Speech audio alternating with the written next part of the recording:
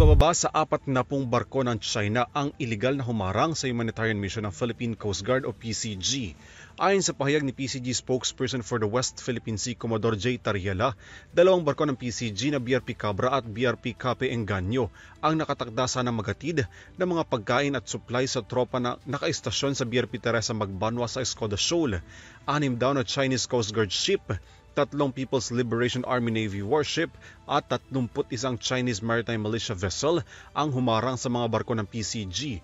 Dahil dito, bigo ang PCG vessel na makapaghatid ng supply sa tropa, kabilang na ang pagbibigay ng special na pasalubong mula sa commandant ng PCG bilang paggunita sa National Heroes Day.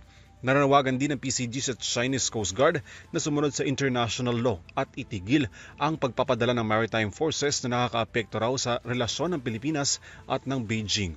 Sa kabila nito, mananatili raw ang PCG sa pagsunod sa pagpapanatili ng national na interes ng Pilipinas at matiyak ang kaligtasan at seguridad sa karagatan. Gayun din ang pagtataguyod sa kapayapaan at pagpapanatili ng pagkakaisa at stabilidad sa rehiyon.